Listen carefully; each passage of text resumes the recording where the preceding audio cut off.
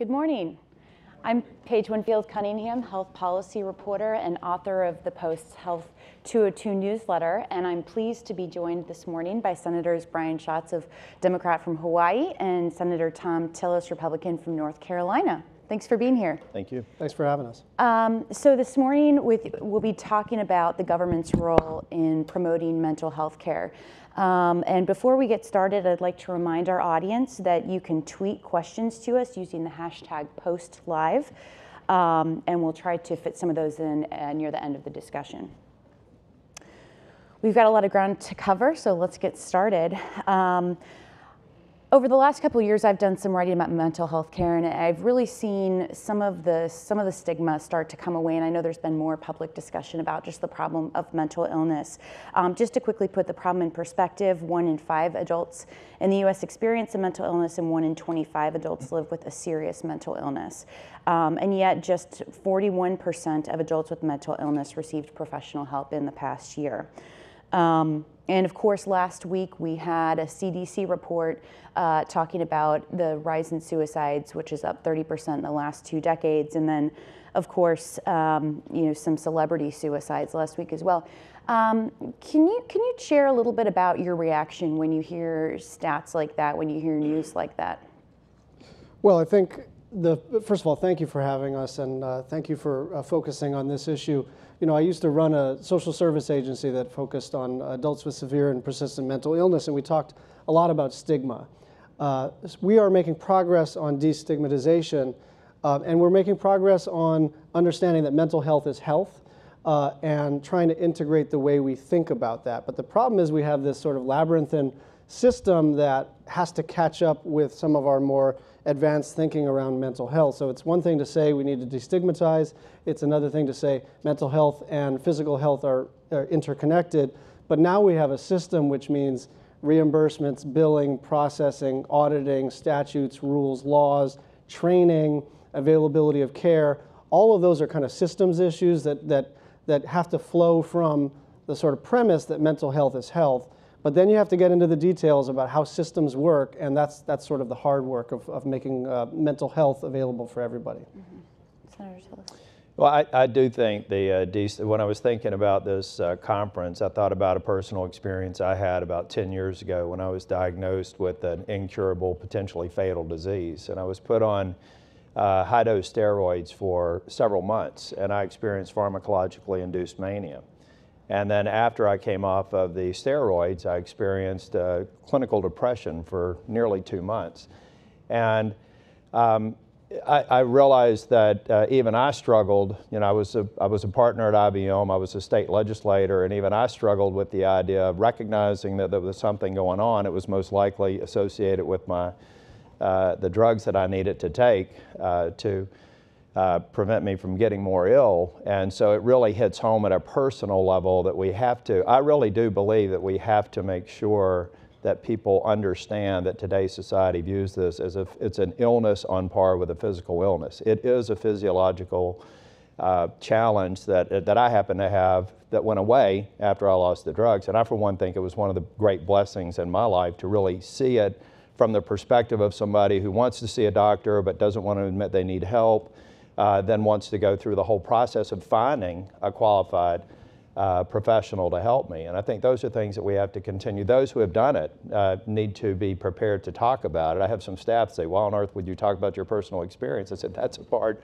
of the problem, people not doing that. And recognizing there's a path to getting well for many, not all, but for many. Right. So let's talk a little bit about underserved populations. Who comes to mind when you kind of worry about which Americans are getting access to health care? I worry a lot. I worry a lot about people in the prison population. We did what we call Justice Reinvestment Act in North Carolina when I was Speaker to try and identify that population that we could possibly release from prison, but not just let them on their own, vector them into various treatment programs. You know, you got to understand the sources of behavioral and mental health. They could be substance abuse, some other physiological drivers. So it's really understanding the nature of the mental health challenge and trying to get resources. I worry about the poor population in North Carolina. You know, we're a state of 10 million people. Half live in the cities, half live in the outreaches of North Carolina. So I worry about those who are in the rural areas, where I actually think the stigma is even a greater driver, and they have a disproportionately lower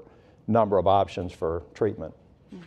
So one thing I think provides a real opportunity is telehealth for a couple of reasons. First of all, this is bipartisan, and that's a big deal when it comes to healthcare. We're trying to find common ground, and we were able to enact legislation that did a couple of things. First, Medicare now reimburses for telehealth within ACOs and within certain contexts. Yesterday, or maybe this morning, the VA is implementing a law that allows VA doctors to work across a state line as it relates to telehealth. Now, telehealth provides access to people, especially in rural areas, but when it comes to mental health treatment, there are a lot of things that you can do telephonically, through a phone, to decrease the discomfort that individuals feel in accessing care.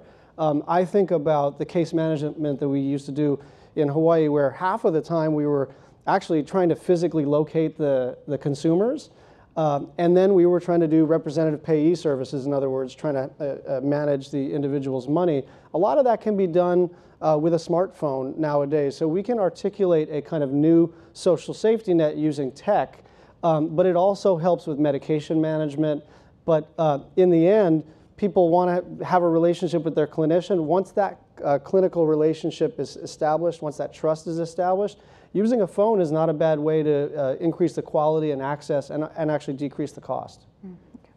So what kind of levers do you think Congress should be pulling here? Because there's sort of many layers of reasons why people aren't getting the mental health care that they need. There's the stigma about seeking care. There's the uninsured rate, which is still relatively high in the U.S.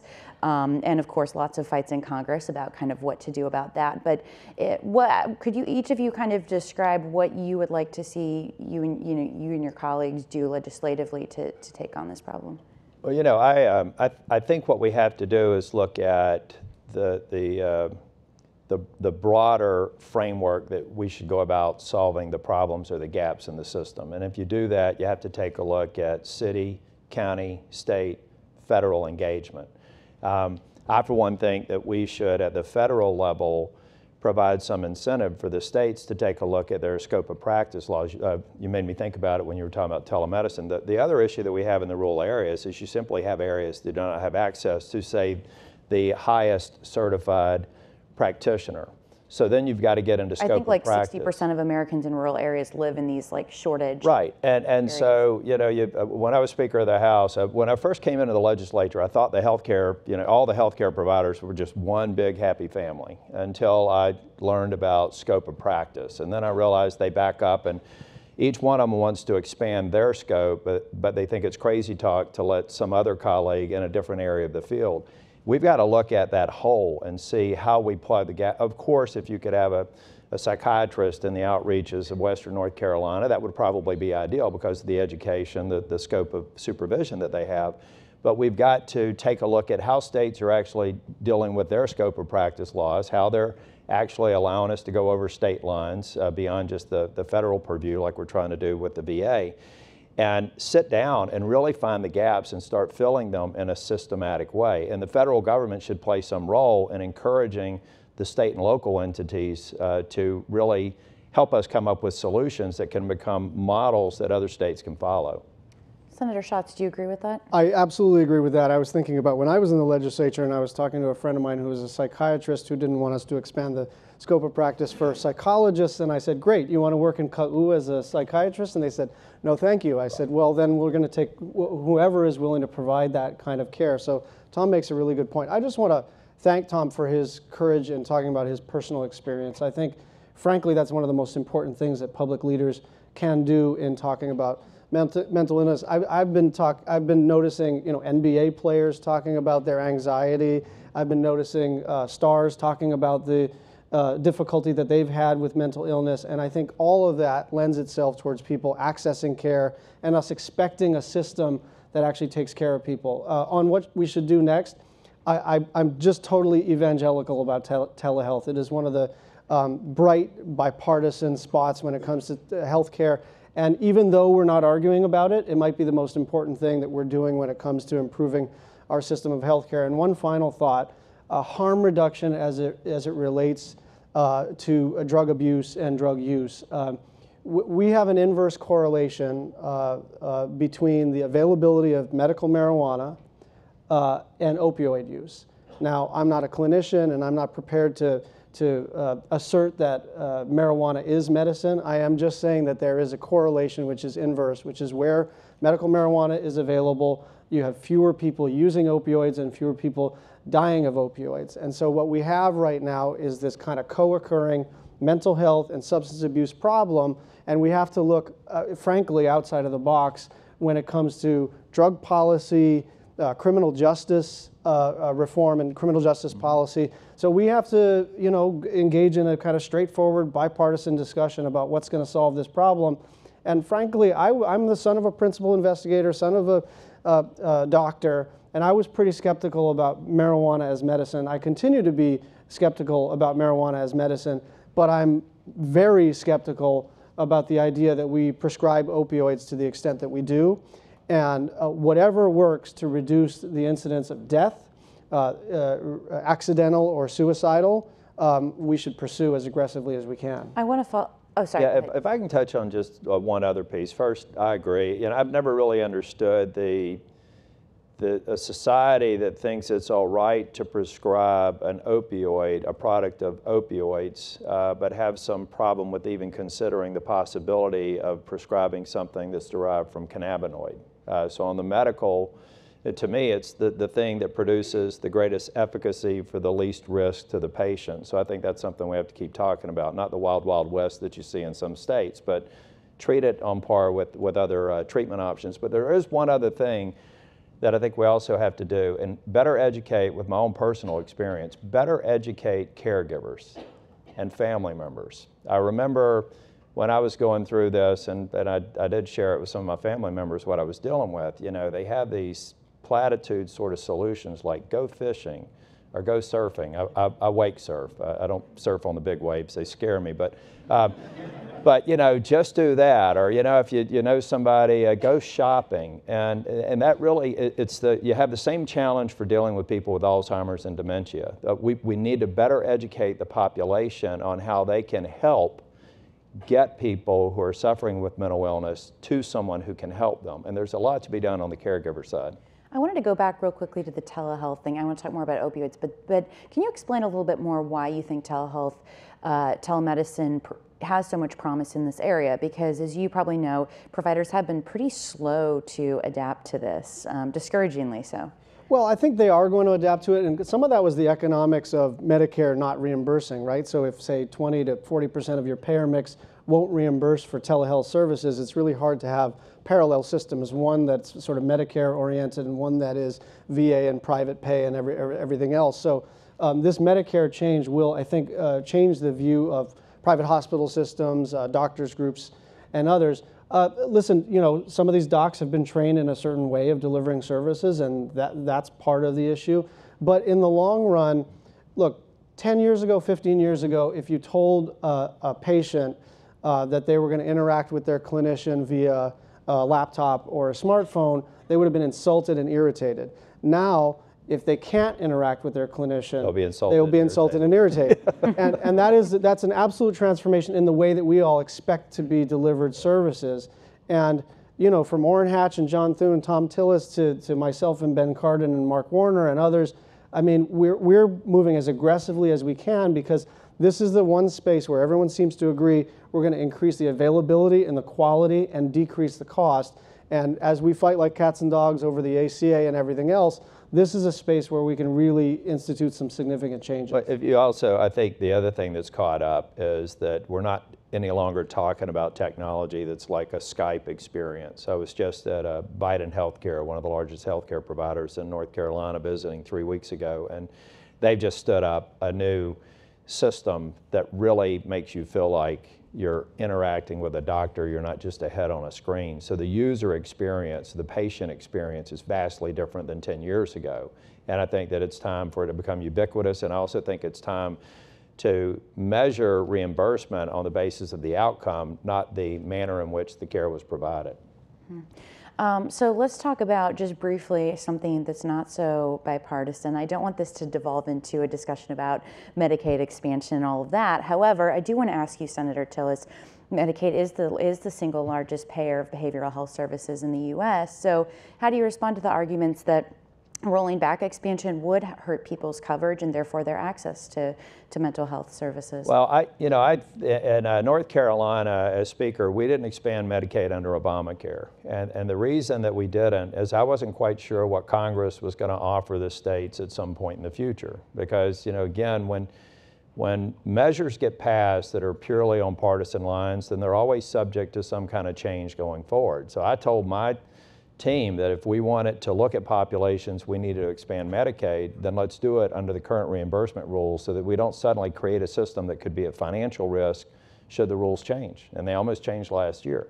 But what we also did is start working on expansion of accountable care organizations. Now we've got some of the best examples of capitated models that are working, that the healthcare providers like. We went through a lot of challenges to get them going, to where we're driving down the cost of care and freeing up those resources to expand services. So at some point we have to recognize there's a lot of inefficiencies in the Medicaid system that should be driven out so that we're getting better quality care, more access to the population. And I think that right now it's just become an either or. I think there's something in the middle that would probably address the fundamental concerns of all but people on either side of the aisle that just want a political win.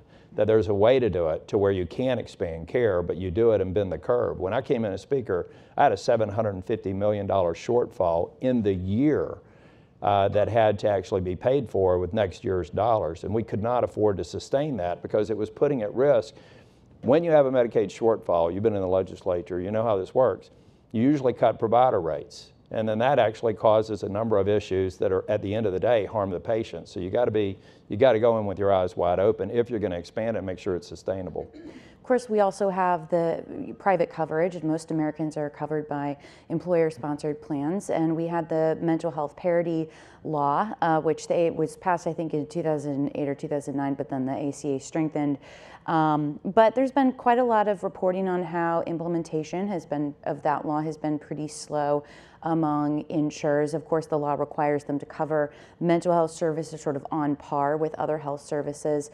And I believe the Labor Secretary has asked Congress on numerous occasions for more authority to kind of crack down on these insurers to implement the law and put its provisions in place. Are you aware of that? Do you have any thoughts about how we could kind of speed up this provision of mental health services among private plans? Well, part of it is just the availability of clinicians. We were talking about psychologists and psychiatrists. I'm thinking of East Hawaii, Hilo Town. Our perennial challenge with the agency that I ran was we just couldn't get a psychiatric nurse who could last on the Big Island. And it was an incredible challenge. So we, in the state of Hawaii, we have the Prepaid Healthcare Act, which is actually something we should do nationally. You'll hate it, Tom, but anyone who works 20 hours gets health care.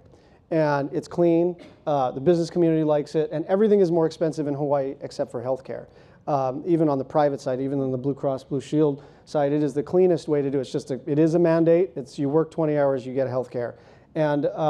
And we have very aggressive parity laws, a Democratic legislature and a strong advocacy community. But the challenge in terms of parity, in my view, is not purely at the reimbursement side and the way the insurance companies operate, but it's just the availability of clinicians, which is why I'm evangelical about telehealth, I'll say it again, but also we need to do more training and to be adults about scope of practice. I came in, as I just mentioned, a doctor's son, kind of a hard-nosed guy about doctors versus nurses and psychiatrists versus psychologists. And over time, I just realized that is a theoretical exercise when nobody is willing to care for people in rural communities.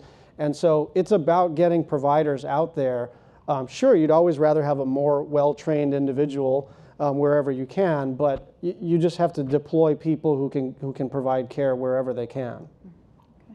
Senator Tillis, do you have any thoughts on mental health parity, or is that something you've? I agree with him. I hate the one option, but everything else he said, I agree.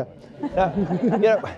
I think what it comes down, this is really where I think reasonable people need to sit down and say, instead of this either or, I think we all ultimately want everyone to have broad access to health care. But we have to get to the sustainability question, and it has to be the whole of government. It can't just be a federal solution. As a state legislator, I think we can play a role. A lot of our urban leaders would play a different role than our rural leaders, but if we really want to solve this and make it less of a political lightning rod on how you solve it and sustain it, we have to have people sit down and even recognize what may work for Hawaii with a very different industrial and business mix. May not work in North Carolina. So we start looking at how we come up with enablers from the federal government that let the states execute these with the ultimate goal of everybody having access to whatever healthcare service they need. If they can pay for it through a private employer, great. If they can't, then the safety net exists to help the others. Now, Congress did pass some mental health reforms, I think a year and a half ago, as part of the 21st Century Cures Act, which was kind of widely seen as like making some modest reforms, but nothing very sweeping. Do you think there's any energy in Congress to kind of have another go at this? Is there an obligation on lawmakers to act? My instinct is that where this will fly is in the context of our continuing efforts to address the opioid crisis. And I think there continues to be an appetite, but frankly, because of the bipartisan leadership of people like Thom who are willing to talk about mental health as health. I just want to add one little thing, which is that we really have to talk about the homeless population. We have to talk about meeting people's basic needs, because you have really no prospect of getting better if you're sleeping on the street. And so we just have to prioritize housing people and meeting their most basic needs because it's morally correct, but also because it's clinically indicated. We know that now. And we spend so much money servicing people's problems, and it would be literally cheaper to put them in a hotel and let them get some rest and let them get clean and be safe than to either require that they get clean before they get shelter, which is counterintuitive, but that is the way most homeless shelters work. That is the way our social service community is forced to work. So we really have to think about housing first, but more generally, we have to understand these are people, and what would you do if one of your friends or family members was mentally ill, probably physically sick, and out on the street? You would prioritize housing, food, being safe. And we don't do that in the social service community. We prioritize servicing the illness at the back end, and people have very little chance of getting better if they're in danger or deeply physically uncomfortable. Oh, sorry, go ahead. No, I think actually Senator Franken and I were working on this before he left the Senate, and we're trying to pick it up with other members to try and take a look at, again, steps. Nothing really big happens here. When it does, it's usually not good. But there's a number of steps that we can take. I think we have to look at the prison population and the veterans population. If you take a look at even if you take a look at traumatic brain injury or post-traumatic stress, so those are other mental health challenges that we need to work on, particularly for our nation's veterans. So I think if we start with these very focused, very narrow populations, then they can also be adapted to the remaining population. That's the way that you actually get things done in Congress, so where you can scope it in on a population where there's virtually no daylight between Democrats and Republicans. Say on the veterans population, there's a large number of people like me who are prepared to talk about criminal justice reform and targeting the prison population the way that we did in North Carolina. Those are the kind of positive steps I think we can take and look to producing an outcome versus trying to hit a ball out of the park. Well, I think you make a really good point with on how you can achieve more bipartisanship on sort of smaller issues, but or smaller populations. But what's sort of unique about our system in the U.S., of course, is that we have such a complicated health coverage system, unlike many other countries, and this makes it really hard to achieve any kind of consensus on how to expand care because we have Medicare, Medicaid, private coverage. Are there any big levers that Congress can pull to really expand mental health care access, Or is this necessarily have to be sort of an incremental thing because of the way our system is set up? I think this does have to be incremental, but I think one of the beauties of being in the United States Senate is even the small things are actually enormous. There's a saying in Hawaii, you have to go slow to go fast. And I think that we have to go slow to go fast. We have to not try to hit home runs. You can score a lot of runs with a lot of singles and doubles. And again, if you're talking about federal legislation, you can make an enormous difference kind of below the radar in the areas where we're not in disagreement. Any final thoughts, Senator Tillis? If I answered, I'd be over time. Well, that is all the time we have for today. Thank you so much for joining us this morning. Thank you. Thank you. And now I'd like to welcome my colleague, Amy Ellis Nutt, to the stage.